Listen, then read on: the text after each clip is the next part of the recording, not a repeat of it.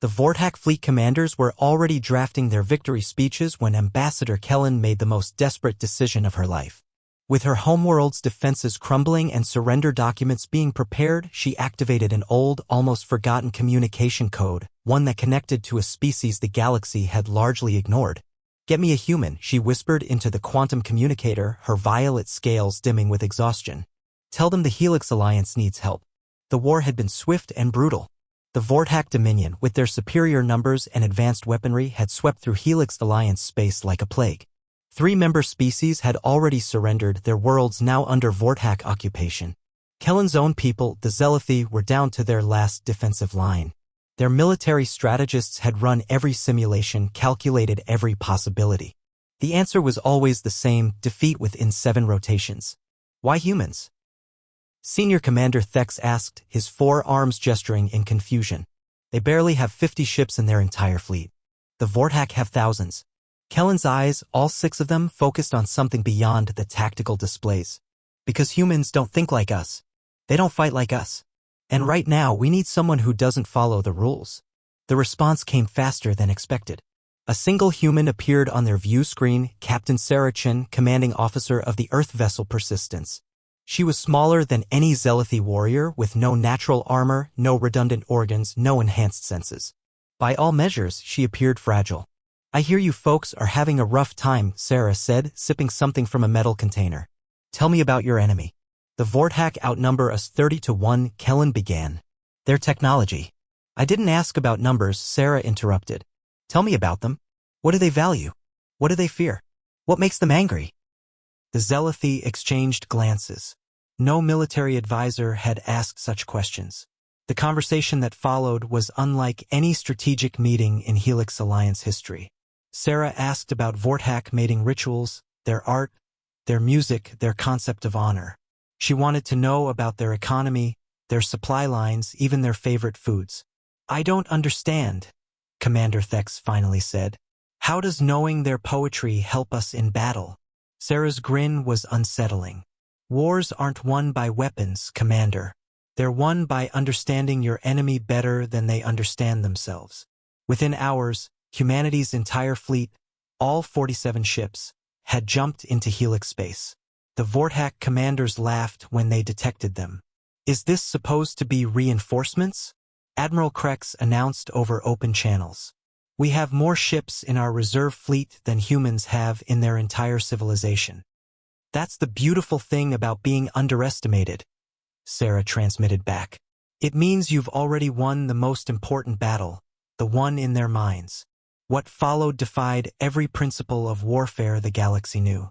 Human ships didn't form battle lines or defensive positions.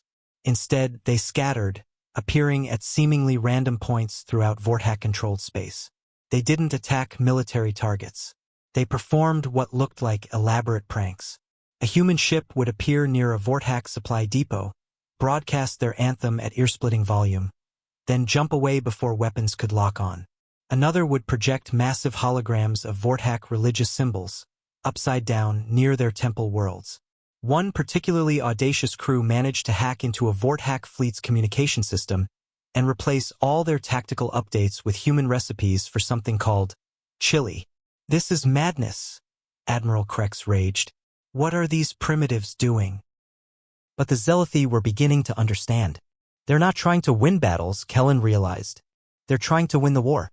The psychological warfare escalated. Humans intercepted Vortak supply ships not to destroy them but to replace their luxury rations with human military MREs complete with cheerful notes saying, "Enjoy the gum." They hacked recruitment videos, adding subtitles that made glorious battle speeches sound like recipes for defeat. They even started a betting pool broadcast across the galaxy on which Vortak commander would rage quit first. "You fight without honor," Admiral Krex screamed during a forced negotiation. "Honor is a luxury of the victorious," Sarah replied calmly. "We prefer efficiency." The Vortak military machine, designed for conventional warfare, began to fracture. Commanders didn't trust their own communication systems. Soldiers questioned orders that might be human pranks. Supply lines became unreliable as crews spent more time checking for tampering than delivering goods. Morale plummeted as the inferior humans made them look foolish on a galactic stage. But the masterstroke came when Sarah revealed they'd been recording everything. Every Vorthack communication, every frustrated outburst, every military blunder compiled into what humans called a blooper reel.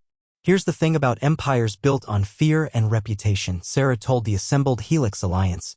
They're only as strong as their image. And we're about to make the Vorthack the laughingstock of the galaxy. The threat of releasing the recordings did what thousands of warships couldn't. Admiral Krex, faced with the prospect of his empire becoming a joke, agreed to immediate peace talks.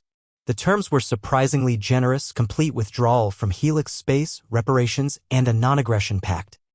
How? Commander Thex asked Sarah after the treaty was signed. How did 47 ships defeat an armada? Because we remembered something everyone else forgot, Sarah explained. Wars aren't fought in space. They're fought in minds. We didn't beat their fleet. We beat their confidence, their coordination, their will to fight. Sun Tzu said it best, all warfare is based on deception. The Helix Alliance's recovery was swift, but the lesson lingered. They'd learned that humans, despite their small numbers and limited technology, possessed the most dangerous weapon in the universe, creativity unbound by conventional thinking. Next time you're in trouble, Sarah told Kellen before departing, don't wait so long to call. We humans love a good underdog story. As human ships jumped back to Earth space, they left behind one final message, broadcast on all Vorthack frequencies. Thanks for playing. Better luck next time. Love, humanity. The Vorthack never threatened the Helix Alliance again. Not because they feared human weapons, but because they feared human minds. And across the galaxy, a new saying emerged, never celebrate victory until you're sure there isn't a human in the game.